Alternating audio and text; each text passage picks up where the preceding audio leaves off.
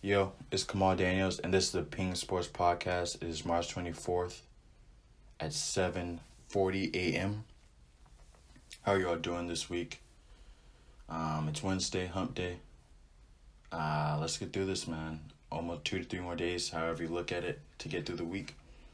But just another week down, another week about to be down. But first, I'd like to send my condolences to the families who lost their loved ones in Colorado Springs and the families who lost their loved ones in Atlanta, Georgia.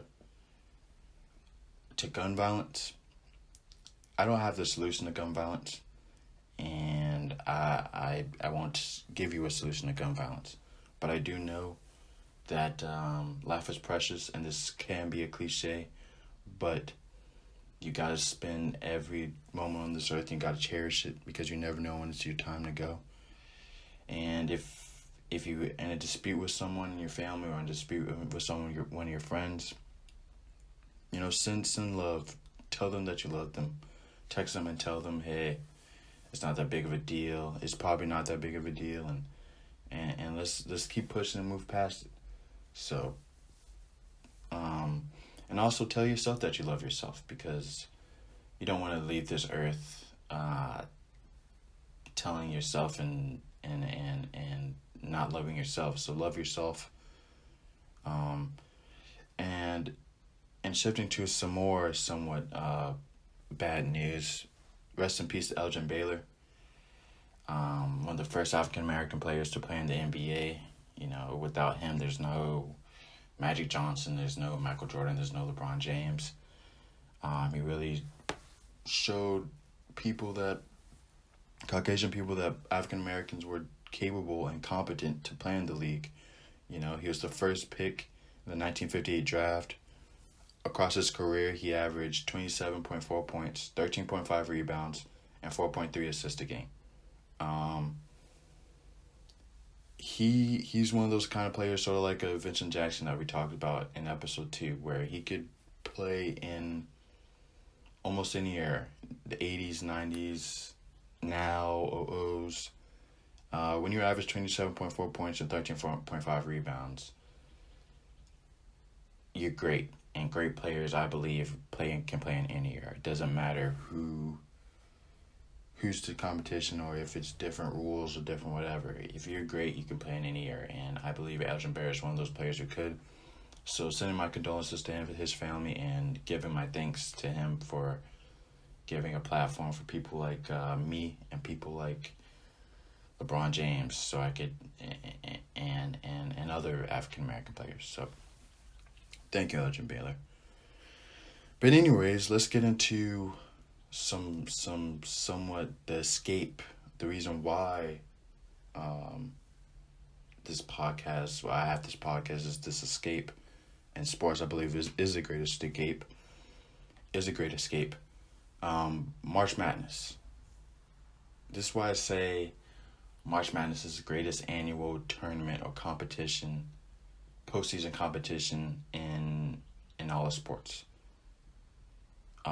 Everyone knows, or if you don't know, 15 seed Oral Roberts is in the Sweet 16, the second 15 seed to make it, beating Ohio State and beating Florida to get into the tournament. And that's what March Madness is all about. Another high double-digit seed, Oregon State, beat Oklahoma State. And if anyone doesn't know, Oklahoma State has probably a top 2, or most people are projecting the top number 1 draft pick in Cade Cunningham. And that's another top pick.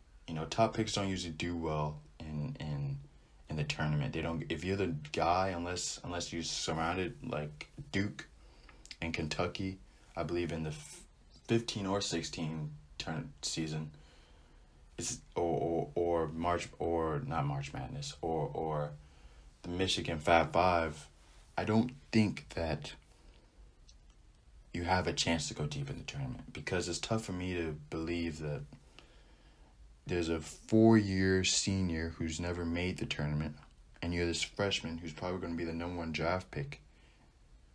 It's tough for me to believe that the freshman is going to care who has an NBA future ahead of them, it's tough for me to believe that he's going to care more than that senior is.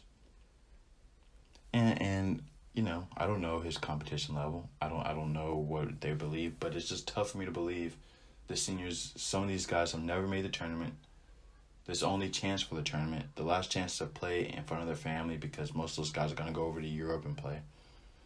So yeah, it's if you have a freshman leading your team, I think it's gonna be that's not a recipe for success in the NCAA tournament.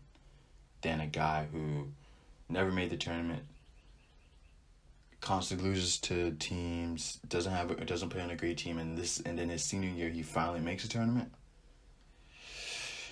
Yeah, it's just tough for me to believe that team is going to. He's diving for loose balls in the first half with 2 minutes to go. He's gonna play good defense. He's gonna play just tough.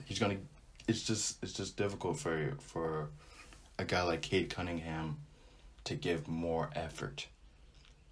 You know, because usually teams like that who have leading freshmen, the freshman usually just dominates off of talent. He dominates off of hard work, but as I said, man, it's tough for a senior to care less than a freshman who's going to be a lottery #1 draft pick. What else I like to get into was just some of the upsets. The Big Ten, really. First we talked about Ohio State with Oral Roberts, Oregon losing to Iowa in the second round, Loyola beating Illinois in the second round, Maryland losing to Alabama in the second round. There were multiple Big Ten exits. And I've noticed over my long 21-year life on this earth, whenever the Big Ten is somewhat decent in basketball or football, they tend to get overhyped. I don't know the reason for this. I don't know if most journalists in major media markets went to Big Ten schools. I don't know. I don't know the reason why they get so overhyped and why so many people love Big Ten schools so much.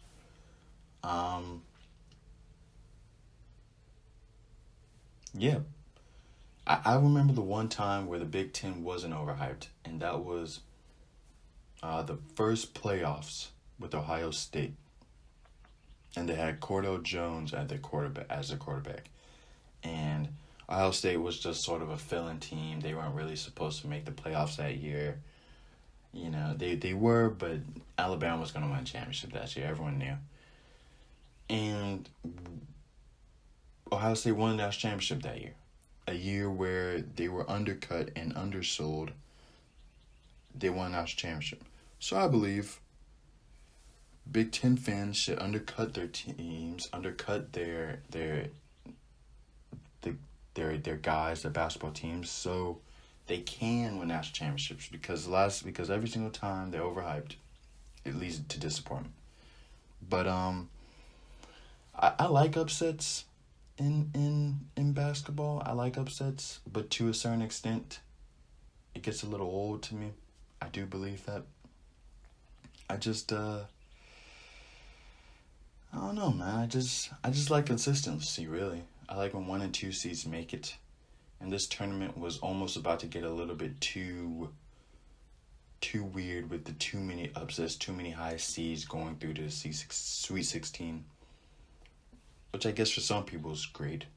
But for me, you know, I don't mind when Alabama wins national championship. I don't mind when the Yankees win a World Series. Because I like consistency. I like constant greatness. I just not a big upset guy. When UConn won the national championship, I was felt a little weird about it when they were like 11 seed, not with Kemba Walker, with Shabazz Napier.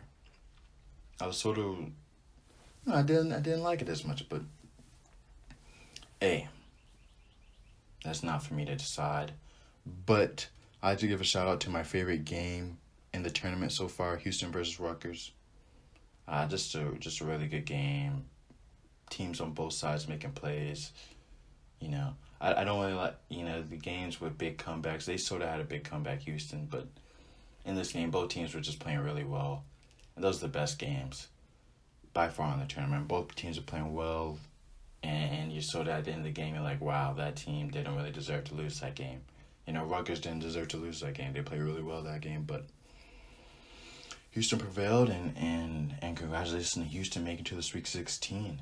I'm gonna have some predictions later, towards the end of the podcast, just to tell you guys who do I think is gonna make the Final Four.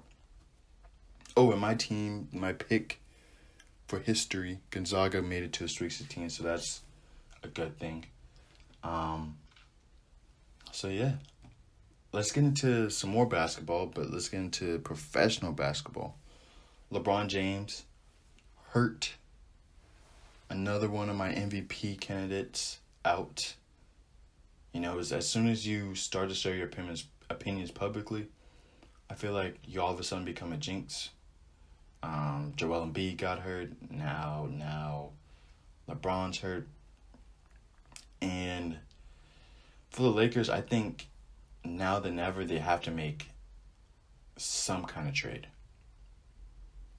Because this can get bad really quickly. If LeBron James is out for 2 to 3 weeks is what I'm hearing, sort of. How many games probably in 2 to 3 weeks? 8 games? So about 8 to 10 games. If he's out for a month, 10 to 15 games. And AD will be out too. Remember the last time LeBron got hurt? The Lakers were about a 3 or 4 seed in the West. And then he got hurt with the groin injury. And they weren't in the playoffs anymore. I don't believe they're getting knocked out of the playoffs. They're on a 3-game losing streak right now. So, yeah, I don't think they'll get knocked out of the playoffs. I think they'll probably end up being a 6 or 7 seed by the time LeBron James comes back. But they have a chance to be out the playoffs before LeBron James comes back, because this team is not built to win games without star players.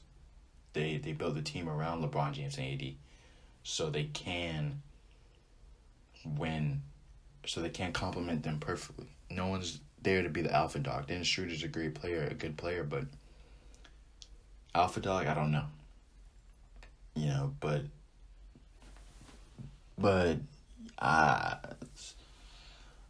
don't think people are talking about this enough. I think this is definitely a chance where LeBron James and the Lakers can definitely be out of the playoffs if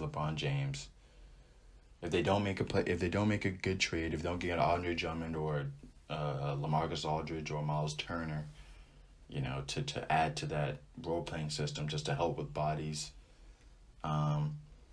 Also, it could help playing without LeBron James. You get more acclimated with other players.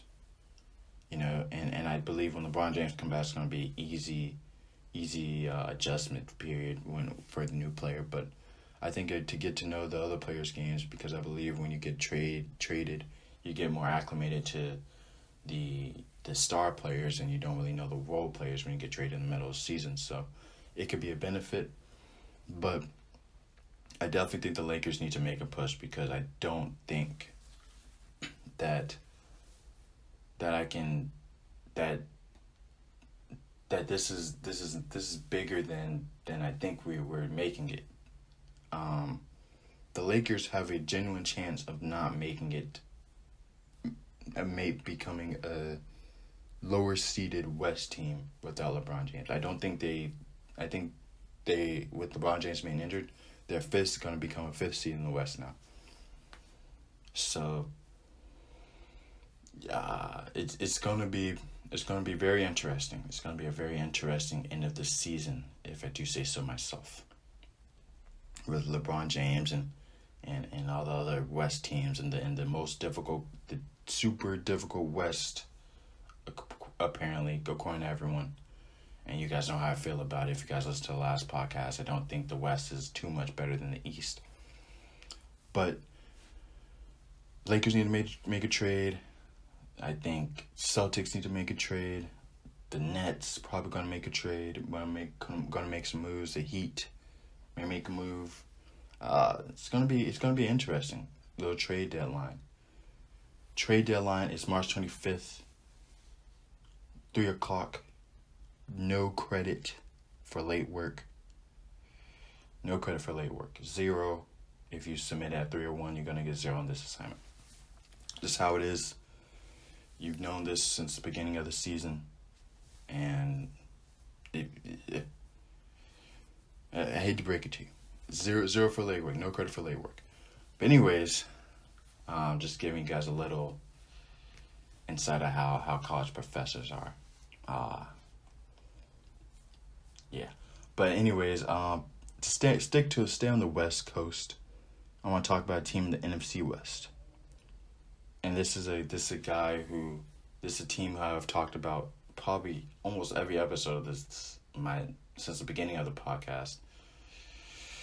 And that is Russell Wilson and the Seattle Seahawks. You know, in the movies where there's the main character and he has like a group of bullies and he never steps up to him, and then the new kid comes in town and new kid has a bunch of swag or whatever, you know. There's a common movie trope. And the new guy comes in town and stands up to the bullies, and the main character becomes friends with the new guy. Anyways, I think that sort of relates to the Seattle Seahawks and Russell Wilson. Let me break it down for you. Russell Wilson is that kid, main character in the movies, where he's never going to stand up to the bullies, only going to say good things about the bullies because they're bullying him, and say, oh no, it's not that big of a deal. And then the new kid comes in town and says, why do you let them do that to you? And I believe the new kid's Russell Wilson's agent. And Russell Wilson's agent was the guy who stood up to the bullies by saying, hey, we're not going to leave, but Chicago, Las Vegas, New Orleans, and Dallas are the 14 that we're going to leave this. We're standing up to you guys. We're not just going to get pushed around by you guys. Because at first, I believe that Russell Wilson was the guy who was somewhat the problem. He needs to respect his contract. Maybe in the first episode I said this. Russell Wilson's the guy that needs to respect the contract. He needs to be the guy. But now I'm looking at this free agency period, and I don't see the Seahawks making any moves. Well, Kamal, they signed Gabe Jackson, left guard from Las Vegas, the Las Vegas Raiders. Yeah, that's a good signing, but anybody who follows those Seahawks knows Mike Iupati retired earlier this year, so they had to get a left guard. It wasn't like they were helping out Russell Wilson by getting a better offensive line. No, they needed to get a left guard. Either they're going to draft a left guard or they're going to get him through a trade like they did. They had to get him. Then they got Kerry Hyder, who was a solid player, defensive end, 8.5 sacks last season, I believe, for the 49ers. Cool. That's cool, but to help Dunlap, I believe. But I feel like the Seahawks could have gotten someone. They could have gotten an offensive tackle just to show Russell Wilson, hey, Russell, we were trying, man. I know you want to leave, but we're trying to make this team better. And they're not. They're not. It's no help for Russell Wilson. And I really did believe that Russell Wilson was someone being the brat. And I was on the organization's side. But now that I'm looking at it, Russell Wilson is the main character and he's getting bullied in the story right now. And either Russell Wilson's going to step up and be more vocal and all of a sudden become the guy that they don't want him to be and stand up for himself, because I believe Russell Wilson is a good guy and I believe he does want to stay in Seattle. But they've pushed him so much that, man, this thing isn't working. They don't have a dominant defense like Legion of Boom, so they can't run the ball like they did. They have to make adjustments, and they're not making adjustments to where they were when were winning Super Bowls and made another Super Bowl in back-to-back seasons. They had a great defense. And you can't do the same thing that you did a couple of years ago because you don't have the same team. Russell Wilson's better, so you got to put more onus and put more responsibility on Russell Wilson, and he wants the responsibility. But I truly believe the Seattle Seahawks are fine with being good. They're fine with not winning the Super Bowl. If they make it, cool, but they're just fine with being good, content with being good. And Russell Wilson's not. Russell Wilson wants to be great, and I believe he is great. I believe he's a little turnover prone, but he believes it's the offensive line. If he has a better offensive line, those turnovers go down.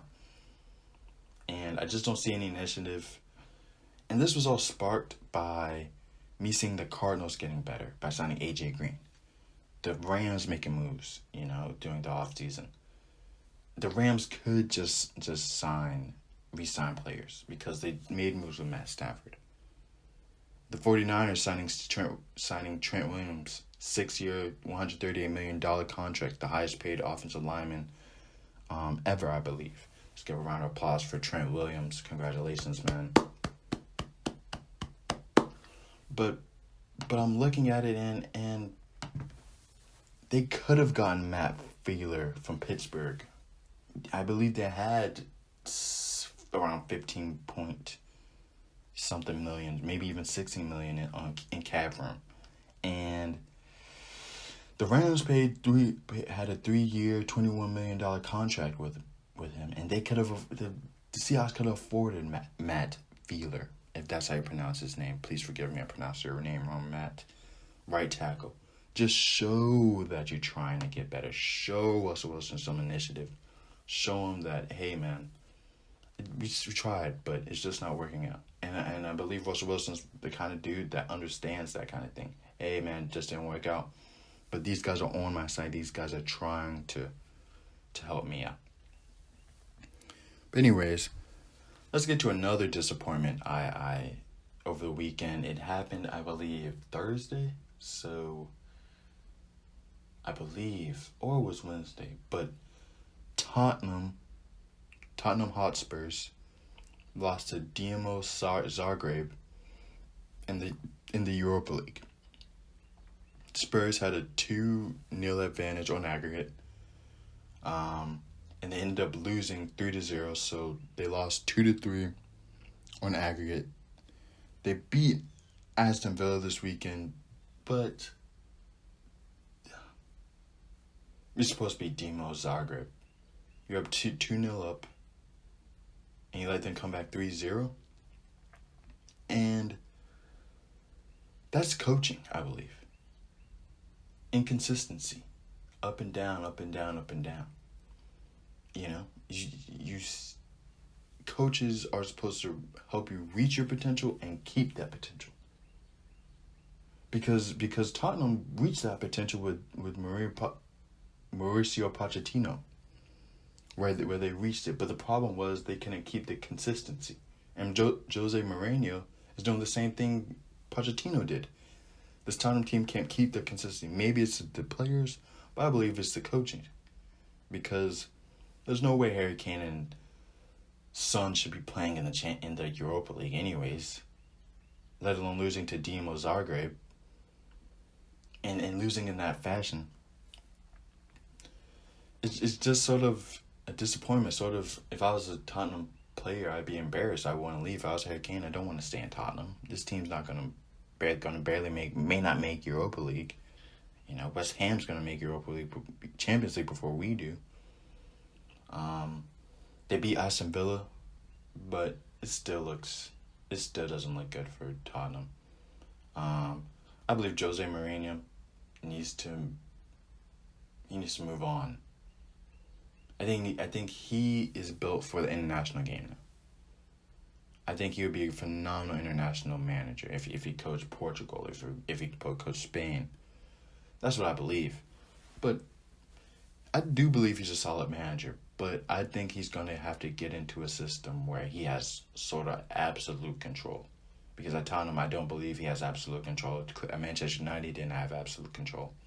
Once he gets into a system, somewhat maybe a smaller team like a Porto, like he did back in the day, where he can sort of control what players he signs, he can bring up players and coach them the way he wants to, and not always have established players like a Son or Alderweireld, who somewhat always establish themselves, who listen to the coach but can really do whatever they want because they know that's the best they got. But another team that lost in the FA Cup was Manchester United. Even though they beat AC Milan, they were tied with AC Milan on aggregate 1-1. And they were able to beat AC Milan in Milan 1-0 with a Paul Pogba goal. And then this weekend, which I believe is a phenomenal result, I predicted them to lose that game. Not lose, I predicted them to tie, but lose the tie. I predicted them to tie the game, but lose the whole tie in total. I thought they would lose 1-1 on aggregate and away goals, but they were able to pull it out. Congratulations to them. But they lost to Leicester City in the FA Cup. And as soon as they lost to Leicester City, I saw all of this hate somewhat to Ole Gunnar Solskjaer. And why, how, I don't know where this is coming from. He loses in the FA Cup quarterfinals to a good Leicester City team. And if you look at that team, Leicester City's no team who's a joke. I just don't believe that Ole Gunnar Solskjaer deserves all this criticism. Because if you look at Manchester United, what player on that roster is the best player at their position?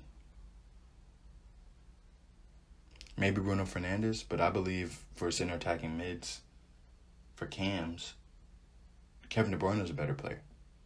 I believe Bruno Fernandes is probably number 2, which is good, solid. But look at their striker. Who's their striker? Cavani? He's probably not even a top 5 striker in the league. If you look at Rashford, when he plays strikers, he a top 5 striker in the league, maybe number 5, behind Zaha, he's probably on the same level as Zaha, if anything. Behind Kane,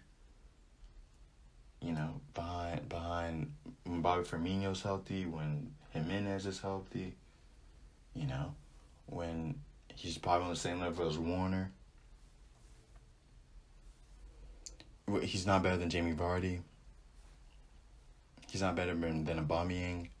And when he plays winger, of course he's not top 5 in that position. And that, in most people's eyes, that's the second best player. Luke Shaw's in a good run of form, but is he really a top left back in the league? No. There's not a single player on that roster who, when everyone's healthy, they're top 5. They're top 5 player in most positions. In midfield, McTominay, Fred, Pogba. Right back, Aaron Wan-Bissaka may be top 5 right back. But you look at their players, these guys, they're fighting above their weight class. And they're doing well. They're second in the league, still in Europa League.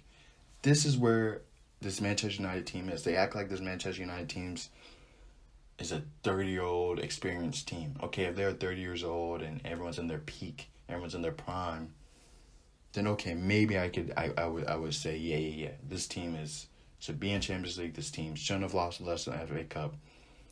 But this team is doing better than what they're supposed to do. Most people who predicting this season now, even though you probably didn't predict Liverpool to get injured like this, where do you expect Manchester United fighting for a top 4 position?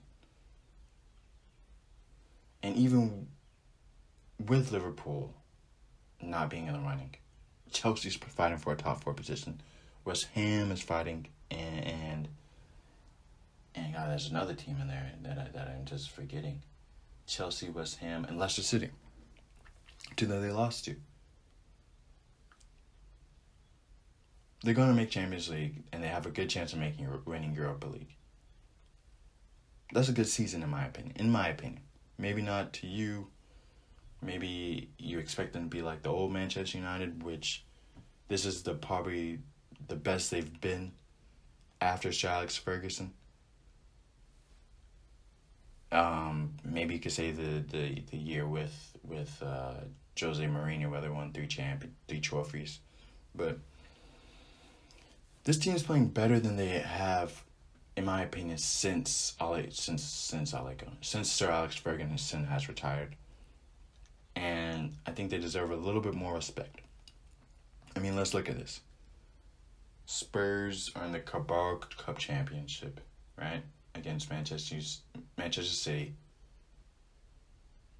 Manchester United's in the quarterfinals of the Europa League. Second in the Premier League. Spurs are 8th in the Premier League. What position do you want to be in right now? Playing Manchester City to win maybe a trophy? You're playing Manchester City in a tournament where they've dominated the past few years? Or would you rather be trying to compete for a better competition, a more impressive competition in the Europa League? If Spurs were in 2nd place, and if Manchester United was in 8th place and fighting for the Carabao Cup Championship, what would you guys be saying right now? Ole Gunnar Solskjaer would probably be fired right now if he was in 8th place. You know, we want to say Jose's a 2 times better coach in over career. Yes, he is. But right now, if you had to pick a coach, manager, you're choosing Ole Gunnar Solskjaer right now, 100%. This Manchester United team is balling, and they rarely lose to big teams. You know, of course, they lost to Leicester City, but they rarely lose to big teams. And here and there, they beat a big team, just like they beat Manchester City, and just like they beat AC Milan in AC Milan. And even though it wasn't at Old Trafford, and it was still in Manchester, they beat Manchester City at Manchester City. And speaking of my picks, how I picked wrong earlier about how I said, Manchester United were going to lose to AC Milan, and Manchester United were going to beat Leicester City. I just said earlier, man, as soon as you start to share your opinions publicly, all of a sudden you're wrong on everything. When you're not sharing your opinions and sharing your opinions with your friends, and it's not public and it's not being talked about on a podcast and sent out publicly on a public service, public platform, all of a sudden all my picks are wrong.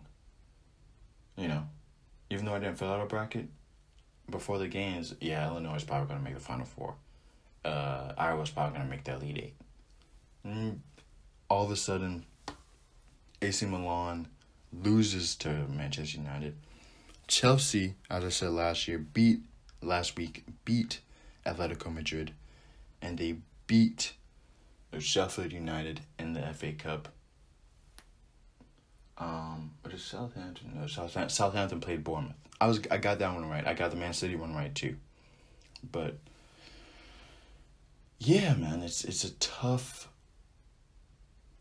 time for Kamal Daniels and predictions. And as you can see, maybe my opinion's not that great if I got all those picks wrong, and maybe Ole Gunnar Solskjaer needs to be fired at the end of the season. Maybe his criticism is warranted, and he deserves all the criticism by just progressing in one of the most difficult competitions and losing in another really difficult competition. Anyways, not a lot of soccer this week, guys. Well, there is a lot of soccer, but not club soccer. European international break. World Cup qualifiers start for some nations. Some nations are just doing international friendlies. International breaks never fun for me. I don't dislike it as they're like I hear it all the time. Oh, international break, international break. It's not horrible to me. Just I just prefer watching qualifiers, and of course in the United States, you can't really watch European qualifiers like that unless you pay for a super subscription to some whatever. But good luck to all the teams in the qualifiers. And again, sort of like in March Madness, where I like 1 and 2 seeds. I don't like it when Netherlands don't make the World Cup. I don't like when Italy doesn't make the World Cup. It's cool Luxembourg and Iceland play well and they make the World Cup, but I don't really want to see that. I want to see the best of the best play. I want to see the best talent play. And I hope Netherlands can make the World Cup this year. I hope Italy can make the World Cup this year. United States, of course, the teams that missed out. If you read my article about who's the best team in Africa, Algeria missed out on the World Cup. Ivory Coast missed out. Hopefully those two teams can make it this year. But yeah, good luck to all the perennial powers because that's what I want to see in the World Cup. Also, other soccer, other football, real football, not American football news. Champions League draw was on Friday, and Porto versus Chelsea. Real Madrid versus Liverpool. The winner of Porto versus Chelsea would play the winner of Real Madrid versus Liverpool. Man City and Dortmund, and Bayern and PSG. The winner of Man City versus Dortmund will play the winner of Bayern and PSG in the semifinals. And so the first matchups, the first set of the quarterfinals, first set of semifinals, I want to Porto versus Chelsea. These are my predictions, you guys. Right now, how Chelsea's playing, they're not going to lose. They're not losing to teams that they're better than. And that's what I think Thomas Tuchel is very good at doing. And I think that's something that a lot of managers and a lot of teams and a lot of clubs overlook. And that is and that's beating teams you're supposed to beat. A lot of guys get these surprise results. Oh, we beat Man City, but we lost to West Brom. And we lost to Swansea City. Yeah, it's great you lost to Man City when they're playing the third best team. As I said earlier, any professional team can be any professional team. What makes you a good team and what makes you a great team is beating everybody. And Chelsea's beating everybody right now, or tying everybody right now. And they're keeping clean sheets. I think Chelsea's going to score. Not Chelsea, Porto's going to score a few. But if I had to make my prediction right now, I believe Chelsea's going to win this draw. And they're going to win 5-2 on aggregate. Next fixture, Liverpool versus Real Madrid. This is going to be an interesting one. I believe it'll be a little bit more interesting with Virgil van Dijk or Gomez there or Henderson there. But because they don't have those guys, I got Real Madrid winning 3-1 on aggregate. So, Chelsea versus Real Madrid in the Champions League semifinals. I'm not going to predict who's going to make the finals because these guys haven't even played yet. But experience with Real Madrid, experience helps. It's a huge help. Next set of games, quarterfinal games. These two teams, Man City versus Dortmund, Bayern versus PSG. These two teams are going to be the two teams that play each other. Whoever's the winner of this are going to play each other in the semifinals. Man City versus Dortmund. I got Dortmund. Yes, I got Dortmund.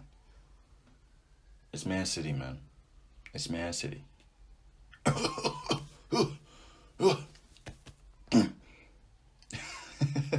That was me choking because that's what Man City does in these situations. I choked on purpose. I wasn't actually choking. But Man City are going to lose 5-4 in aggregate. It's going to be high scoring fixture, high scoring tie. It's just Man City, man. It's just Man City. Looking at this, just right now, I sort of getting off track a little. Baltimore had a good visit with free agent Sammy Watkins. Yes. Ravens. There we go. A team making moves. Clearly, a team needed a wide receiver. So they're getting one. Seattle Seahawks, man. You see, I called out Ravens last week. They haven't getting a wide receiver, but they have an excuse. They can draft a wide receiver. I'm cool with that. But the Seahawks, I need to do more research on offensive linemen in the draft this year. Alabama always have solid offensive linemen, so maybe they could get one of those guys. But come on, man. Seahawks. The Baltimore Ravens are making moves. Good job, Baltimore. Working with Sammy Watkins. They know what they need, and they're helping them. They're helping the quarterback. They're showing initiative. Maybe Sammy Watkins isn't Sammy Watkins he was, when Chiefs won a Super Bowl.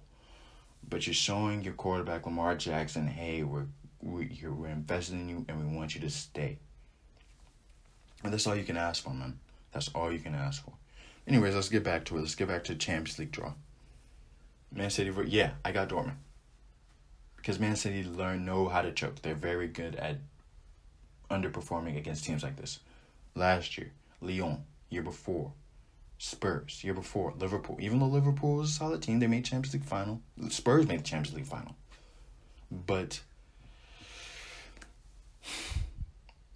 they were better than those teams every single year. Manchester City was the best team every single year.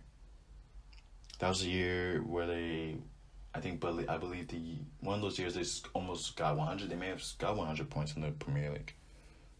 They were the best team. They would have probably beaten Manchester City.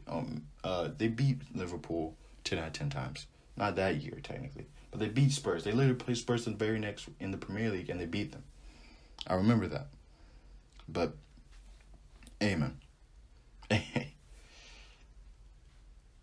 I can't trust Manchester City. I believe they're going to choke, so that's why I got Dortmund. And I believe Dortmund have the best player on the field in Erling Haaland. And Jadon Sancho, revenge fixture. Jadon Sancho grew up in Manchester City's academy, but they chose Phil Foden instead. They didn't choose Phil Foden instead, but he wasn't getting playing time, so he went to Dortmund. I believe Jadon Sancho's going to show up and play well. So, Dortmund winning the next tie. Winning that tie. Next one, rematch of the Champions League final. And you know how revenge is a dish best served cold. So I got PSG, not only because of the revenge factor, but because they have the best team. They have the best team in the world. Bayern are still very weak and still trying to figure out their defense. And when you have Neymar back, and then you have the best player in the world, Kylian Mbappe, it's tough. It's tough for me to believe that Bayern Munich is going to be able to handle that defense, and I believe PSG's defense isn't the greatest, but they're very solid. The Ringers are sort of, and Kizara, Living, Kizara, you guys know what I mean. And Florenzi, I believe. But they're going to control the midfield. They're going to control, of course, be on the attack. It really just depends who has possession more. That's the only thing. But I do believe that PSG all around have a better team all around. I do. And as I said, the best player in the world. So PSG versus Dortmund are my prediction for the semifinals, and and Real Madrid versus Chelsea. And you know who my favorite is. It's PSG, so I believe PSG is going to make it to the final and win the final. So that's not a surprise, but in the comments, who do you guys believe is going to win the Champions League? Or who do you think is going to win between these draw? I didn't say a prediction for the aggregate score on PSG Bayern. Let me say 4-1. or 4-2, maybe even 4-3. That's going to be another good one. But Man City Dortmund is the one is going to be the most exciting one, I believe. Or it's going to be a blowout. Man City's going to kill them. But I just think Man City's going to choke. I really do. But to more predictions, March Madness predictions. So I'm going to break it down in a region, Sweet 16 region. Then I'm going to tell you who's going to make the Sweet 16 and who's going to win the Sweet 16 games, and then the two matchups, sort of like the Champions League. So Sweet 16 and then Elite 8, and then who's going to win the Elite 8 game to make the Final Four. So I'm going to give you my Final Four predictions today also, because we have until you guys won't hear from me until next Wednesday. So I want to get, and we'll know who made the Final Four by next Wednesday. So, first matchup, first region. FSU versus Michigan. The two teams who didn't get upset, the two teams who were supposed to be there, the 1 versus 4 seed. Michigan looked a little against LSU with their size and good guard play. And FSU have size and they have good guards. Solid guards. They're not dropping as many points as LSU's guards are.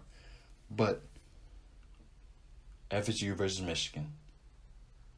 I got FSU. Yeah.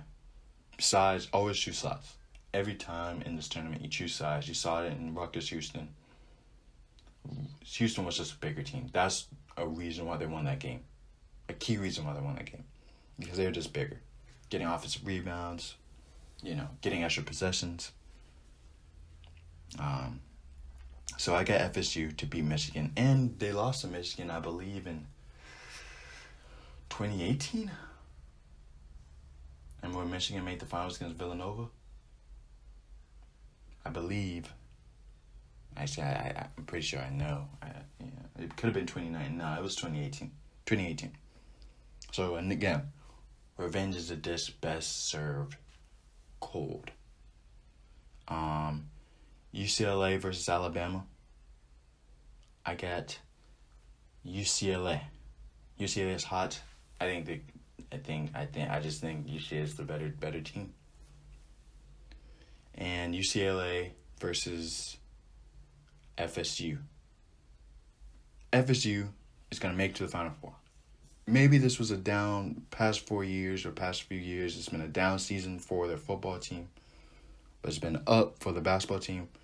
FSU, I don't know if they made the Final Four before, but in my lifetime, I don't remember them making it. So for the first time in at least 21 years, FSU makes the Final Four.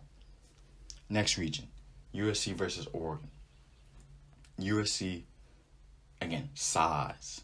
And USC beat Oregon pretty handily the first time they played. I got USC to beat Oregon because I believe they are the best player in that matchup with Evan Mobley and his brother Isaiah Mobley. I believe those guys are the two best players in that matchup. And yeah. So next, Creighton versus Gonzaga. I got Gonzaga winning it all, so Gonzaga. I think Gonzaga is just too fast for Creighton. I think Creighton goes on those streaks where they sort of look mediocre, mid-tier, and then they go on streaks, hot streaks. I think they're too up and down. I think Gonzaga's too consistent for them.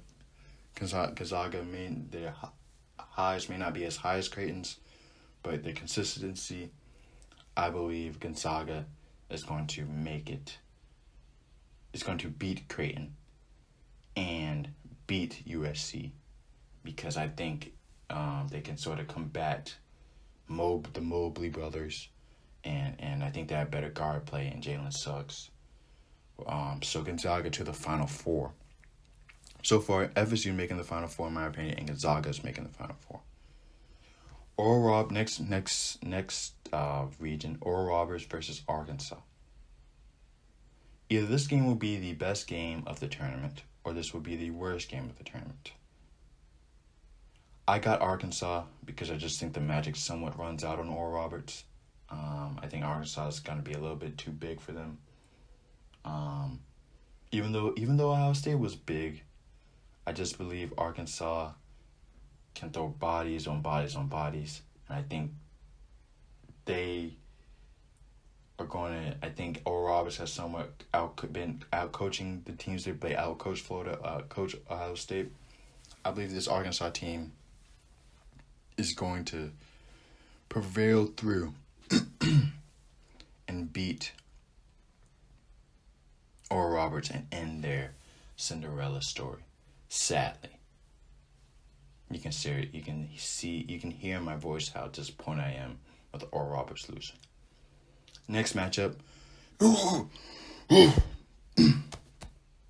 Baylor versus Villanova, and I was choking again on purpose because this is what Baylor does. Again, I've lived a long life in 21 years on Earth. I know what I'm talking about. Baylor chokes in basketball and they choke in football, unless you're talking women's college basketball. And they used to choke in that a little bit with Brittany Griner until they got over the hump with Brittany Griner, I think, in their senior year. But they used to choke quite a bit in women's college basketball, but now, not really. But Baylor men's football and Baylor men's basketball, they always know how to choke. And Villanova is one of those teams, you know what you're going to get from Villanova. You may get a somewhat a freak performance like they did, hitting 15 free threes against Northern Texas, I believe. Or they hit a bunch of threes. But Villanova's going to be consistent, and Baylor's not going to win this game because Villanova played bad, and Baylor is the team who's the highest rated, who's the highest seeded team, who's probably most vulnerable to have a bad game and to lose to a team that they're supposed to be, because they're supposed to be Villanova. They're better than Villanova. They're more athletic than Villanova, have better guard play than Villanova, have better bigs than Villanova. Just all around, just better than Villanova. But Villanova has, I believe, the better coach. Well, they do have the better coach. So, I got Villanova. And Villanova versus Arkansas, Villanova to the Final Four. Easily. Another Final Four for Villanova. My last region, Oregon State versus Loyola. I got Loyola. Yeah, I just think Loyola's just a better team. They're a really complete team, better guard play. They can. I think Oregon State's had two good matchups. I believe Loyola's matchup had two good matchups as well. But Loyola, Chicago to the Elite Eight. Next, Houston versus Syracuse. I think Houston stops Syracuse because their size. Houston is the team that can match up size for size. Even though West Virginia, I believe, was a pretty big team, but yeah, not big enough and couldn't shoot as well. I believe this Houston team can shoot better and shoot just as well as that West Virginia team, and I believe they can throw many bodies on Boeheim, the player, not the head coach. Yeah, and I believe that Houston is going to beat Syracuse, and Syracuse's magic is going to run out. And Houston versus Loyola, Houston to the Final Four.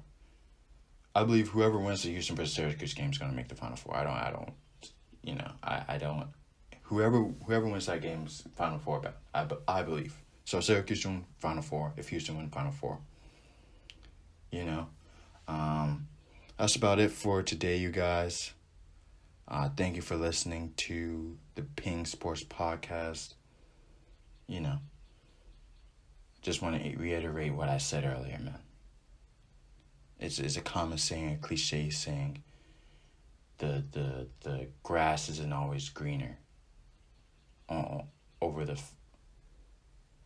I don't know the saying, man. It's like the greener grass something. It's like green grass isn't always better. The grass isn't always greener over on the other side, I think. With Ale, Gunnar Solskjaer, and Jose Mourinho. Yeah, man, and just know that it's not always better on the other side, you guys. I'm sort of rambling right now, but I just wanted to, that sort of popped in my mind towards the end that, hey, man, just because it looks better, just because that's another thing they're saying about firing Ale, but let's hold it, as I said in the firing, in my very first article I published, in Arteta and Ale. But guys, have a good week. Finish out the week strong, man. Thank you guys for listening. I'm gonna look at the views this week, and I'm gonna set a goal next week. Set a goal. But thank you guys once again for the podcast, and have a good week, and thank you for listening. Thank you so much. Thank you for helping out Kamal Daniels and the Peng Sports Podcast. It is 8:35 a.m. March 24th, 2021. This is Kamal Daniels signing out.